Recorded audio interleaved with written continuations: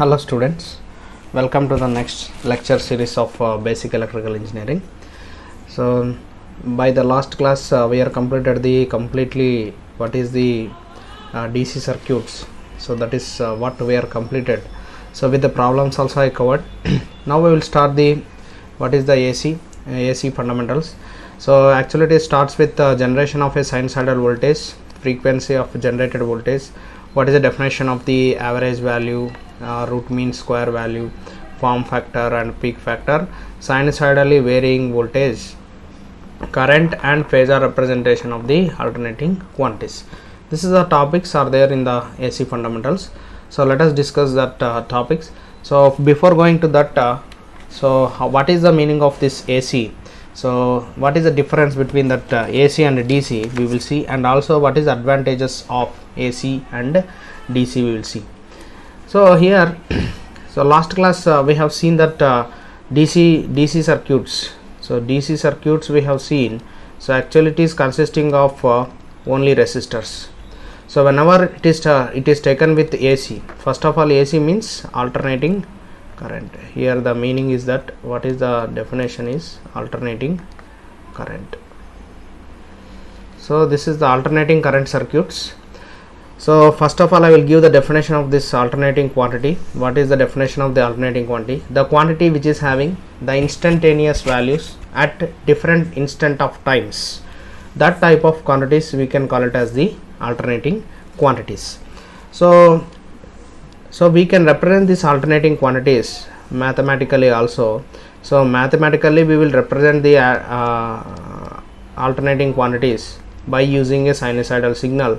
Why we are using a sinusoidal signal we will see later. What is the advantage by using that sinusoidal signal? Not only a sinusoidal, you can use any type of signal to represent this alternating quantity, right? So let us come to the basic advantages of the alternating quantities. So last classes we have seen completely what is the DC circuits consisting of only resistors. Now we will see with the capacitors also. You can connect the capacitors and inductors for this alternating circuits. That is also we will see in the second module. So first advantage, when you take the advantages of the AC circuits, so that major advantage is this can be stepped up. That means the voltage levels can be stepped up and stepped down. So AC voltage levels can be stepped up and stepped down. That is the major advantage compared with the DC. And coming to the motors, so AC motors are cheaper. So AC motor is cheaper compared with the DC motors. Okay. And coming to the another advantage, so protection devices means, so what we can say, that is a protection devices like switch gear. All these devices are easily compatible with the AC but not with the DC. That is the three advantages we can say. So why we are going for this alternating current circuits. So that is what, so the generation is also here. So we are generating and we are getting the alternating supply only. So this alternating supply, so when we take one example here where we are converting this AC to DC, that is our inverter what we are using in our home. So inverter is using, so first it is storing AC only. By using AC it is storing the battery. So battery is once again stored in the form of a DC. The DC is converted into AC. So that is the principle is happening in the, so in the case of the inverter. That is the advantages of the AC. So when we come for the how, so the first topic here it is how the generation of a sinusoidal voltage. So generation of a sinusoidal voltage is possible with two ways. So let us see generation, how it is generating, alternating quantities, how they are generation. So if you see the alternating quantities can be generated in a two ways. First it is, so I can take the conductors are stationary. Conductors are stationary. I will show the diagram. What is the meaning of this? I will explain. Field is rotating.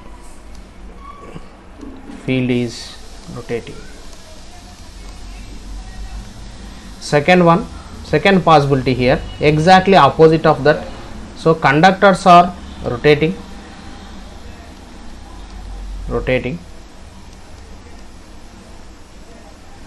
field is stationary.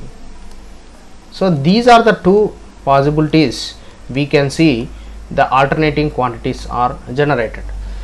So basic principle, when we start with the basic idea about the AC circuits, is actually it is comes from the Faraday's laws. So you have to remember, you have to get remembrance once the Faraday's laws. What is the Faraday's laws? Actually Faraday's proposed two laws. So what it is saying that, so when a conductor cuts the magnetic field, okay, so when a conductor cuts the magnetic field, an EMF is induced in it. That is the first statement he has given. The second statement is the magnitude of that induced EMF is directly proportional to rate of change of flux linkages. That is the statement he is given. So two statements he is given for the Faraday. So what is the first statement?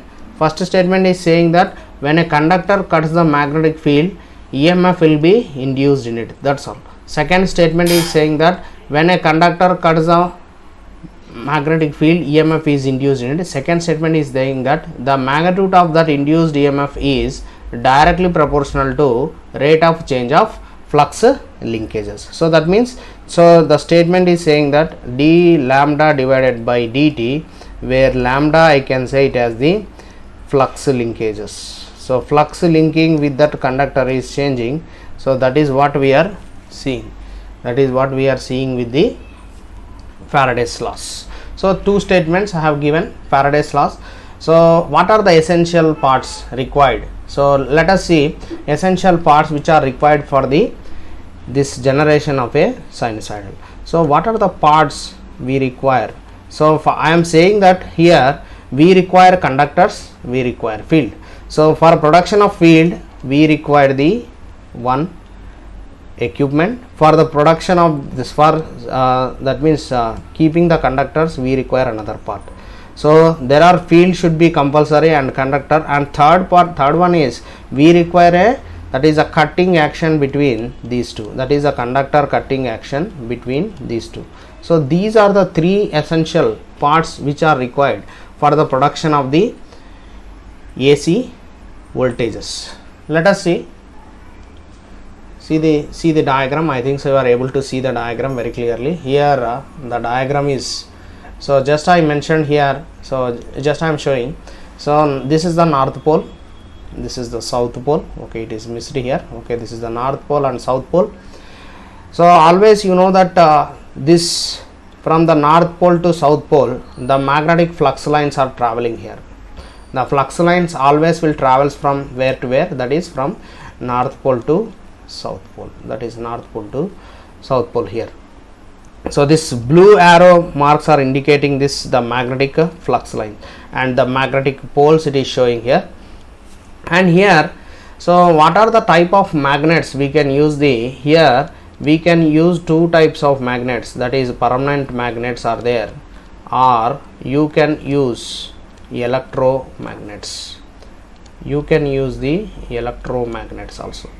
So here two magnets I am mentioning. Permanent magnets we will see normally in the practical life. Electromagnets means we require a field for this, that is a field winding is also required. I will explain later what is the electromagnets, how they are working, we will see. So and you see this red color this side. So this side is another side and this is the blue side is another side. So just I am giving the names for this. This is a length B and C and D. So active length. So AB and CD are the active length of the conductors, and you can see the slip rings here. So these are the slip rings which are collecting the current from the conductors. Okay, and they are finally giving for this external load. So they are giving for the external load, it is given. So this is the basic idea how the alternating quantities are generated. So whenever you see here, whenever the flux lines are traveling from north pole to south pole and I am trying to rotate, so here you see axis of rotation. So this is, these conductors are rotated. So because before going to that, you should know what is the meaning of the generator and what is the meaning of the motor.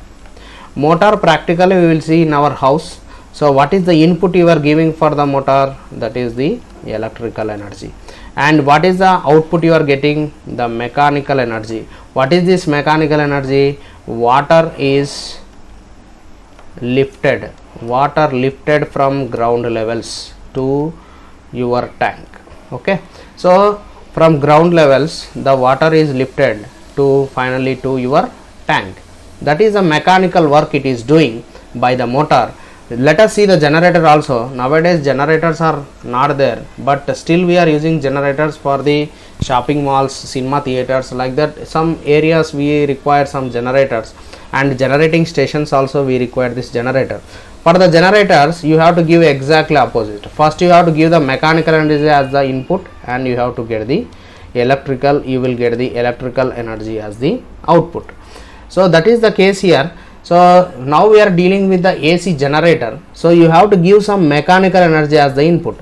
So you are giving some mechanical energy. Just I am showing here. So you are giving some mechanical energy from this side, so that these conductors starts rotating. So this just I am saying that these conductors are rotating in this direction. So conductors are rotating in the anti-clockwise direction. That is just I have imagined the direction. So here it is showing wire loop, the conductors. Okay, that is what I mentioned with the AB and CD length. AB and CD are the active lengths of the conductors. So whenever these conductors cut these magnetic flux lines, you see here, whenever the conductor, you see this is the AB and CD, these conductors cut the magnetic flux lines which are traveling from north pole to south pole. So the EMF will be induced in it. That is the first statement mentioned by the Faraday's. So what is the Faraday's statements? So whenever the conductor cuts the magnetic field, EMF will be induced in it. That is the first statement. So now the EMF is, so first from the first statement we can say the EMF is induced. So from the first statement of Faraday's laws, when a conductor cuts a magnetic field, EMF will be induced in it. And second statement he has given that the magnitude of that induced EMF, that is what we are produced in the first statement, the magnitude of that induced EMF is directly proportional to rate of change of flux linkages. So what is the, now you will get the doubt, what is the meaning of this flux linkages? So flux linkages, in the name only you can understand how much of flux is linking with the each conductor. So how much of flux is linking with the each active length of the conductor, that is known as the flux linkages. So normally we will represent with the lambda. Lambda can be written as n into phi, where n is the number of turns and phi is the flux linking with that number of turns. So lambda is flux linkages, that is n into phi. So the magnitude of that induced EMF is directly proportional to rate of change of flux linkages. That is the statement he has given. So that is the Faraday's laws statement. So whenever this positions of the active lengths A, B, C, D, so as it is rotating, so whenever it is rotating, so this positions it is not fixed. You see this position, so see this lengths. So now just you see here, so whenever like this, just I am showing here, so AB length, just I have taken AB length here.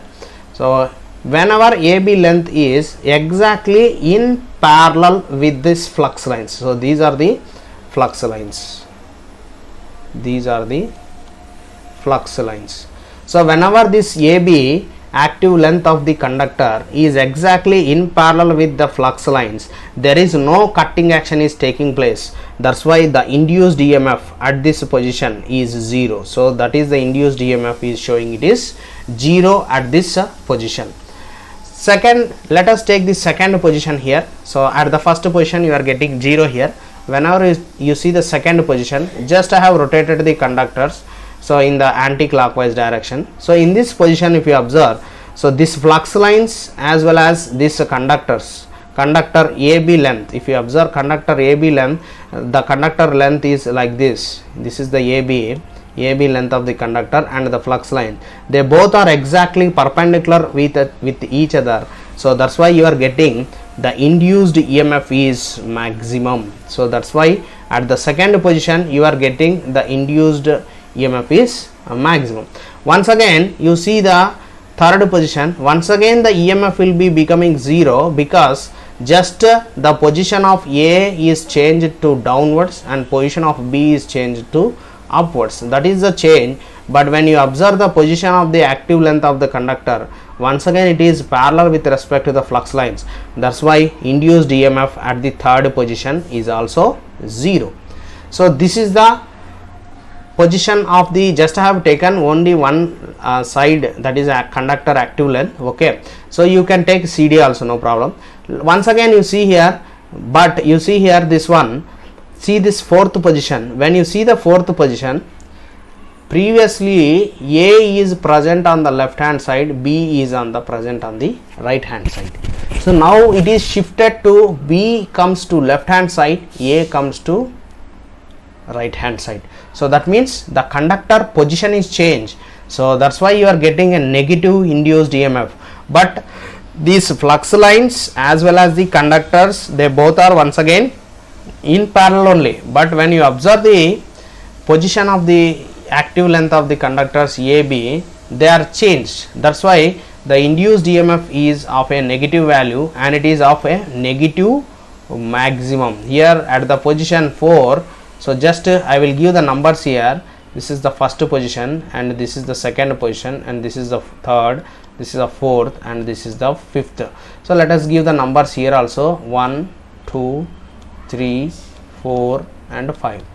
Now when you come for the fifth position, once again this fifth position and first position, they both are same. So that means once again the induced EMF will become 0 here. That is what we have shown here. So whenever the position of the conductors are changing, so the induced EMF is also changing. So the induced EMF will be produced is changing. So it is producing, see, up to 180 degrees it is of some positive area. You are getting a positive half cycle. Okay, you are getting some positive half cycle. So when you see this from after 180 degrees, you can see you are getting a negative half cycle. So negative half cycle you are getting here. In the case of the after 180 degrees, you are getting a negative half cycle. That means after 180 degrees the position of the conductors are changing. That's why you are getting a negative peak maximum, and after that you are getting a same position. So this is called one complete cycle. This is called one complete cycle. So you know the definition of a cycle. So cycle means it is consisting of one positive half cycle and negative half cycle. That means the time taken to complete one cycle is known as the time period. That is also you know. So the time taken to complete one cycle, first of all you should understand what is the meaning of cycle. Cycle means it is consisting of a one positive. So let us give this is of positive half cycle. Okay, this is of positive half cycle and this is of negative half cycle. Cycle means in one cycle we are consisting of a one positive half cycle and negative half cycle. That time complete this positive and negative half cycle we can call it as one cycle. So the time taken to complete one cycle we can call it as the time period. That is definitions you already know from the basic classes, right? So this is of how the EMF will be induced. So now you will get the doubt. So how to write this mathematically? So here I mentioned with degrees, some degrees I mentioned here, 180 degrees, 270 degrees and 360 degrees. So when you draw like this, it is of some theta. So theta it is here, theta it is here, it is known as the omega t. Omega is the angular frequency. Omega is the angular frequency. Angular frequency. Angular frequency we can call it as 2 pi f. This is also you know from the basic classes. And t is the time. T is the time. So and you know the relation between frequency and time period, that is 1 by t. That is the relation between frequency and a time period. Frequency is inversely proportional to time period. What is the meaning of time period? Time period is the time taken to complete one cycle we can call it as the time period. Now we will get the doubt how to write this entire diagram, how to write with the mathematical equation. We can represent the with mathematical equation is Im sin theta. So or you can write it as Em sin omega t, where theta is known as the omega t. So this is of how to represent the mathematically, the alternating quantities. So that is what we are representing. And so this is how you are getting. So see, I will substitute the different values, then you will get the induced EMF. Let us substitute theta is equals to 0. So whenever theta is equals to 0, induced EMF also will become 0. Whenever theta is equals to 90 degrees, you will get the maximum value or not, Em sin 90. So what is a sin 90 value? That is 1. So you will get the Em value. That is what it is shown here. So whenever you have the theta value as 180 degrees, sin 180 is once again 0. So you will get 0 here. That is what it is shown here. So whenever theta is equals to 270, sin 270 is minus 1. So you will get it as sin of 270 is minus 1. So you will get it as minus Em. That is what it is shown here, minus Em. So the position is mentioned here. Once again, theta is equal to 360 means when theta is equal to 360, so induced EMF will become 0. So this is of mathematical equation what we are using to represent the alternating quantities. So you may get the doubt, sir, we have to use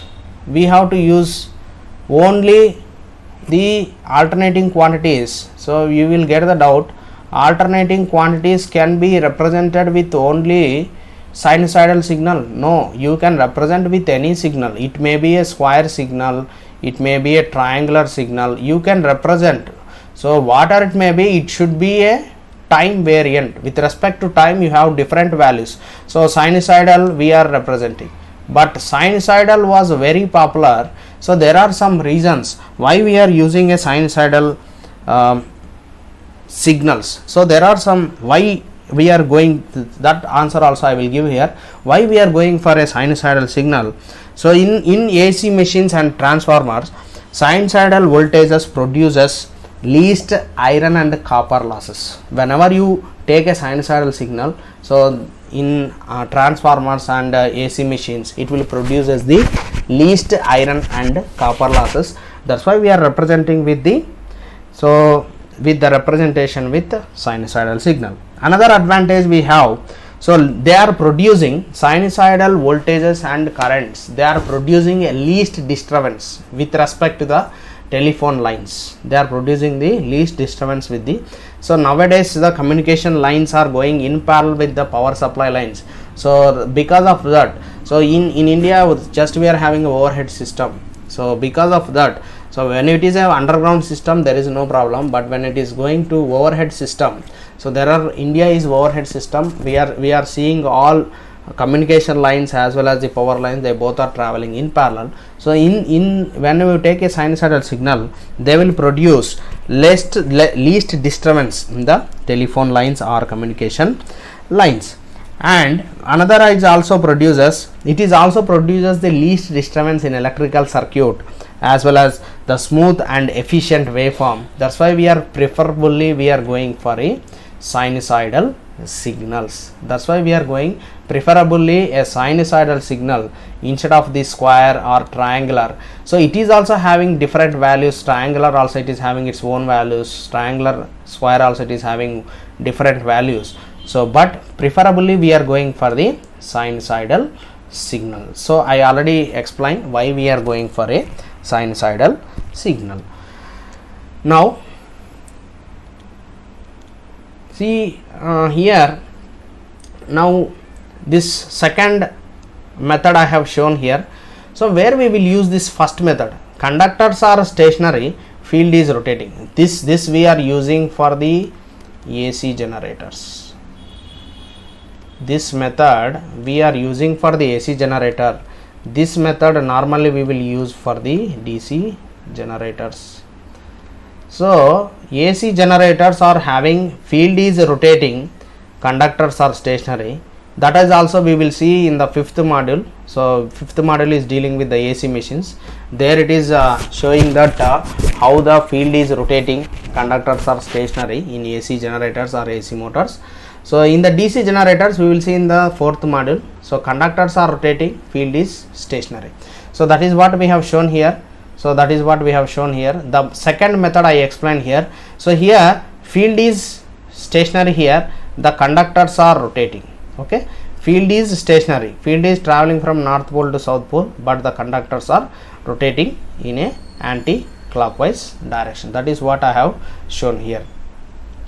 So why we are using this sinusoidal, that is also I have given, and the mathematical expression I have given, that is E is equals to, that is Em sin theta. E is equals to Em sin theta, that is Em sin omega t. That is what we are given in the last.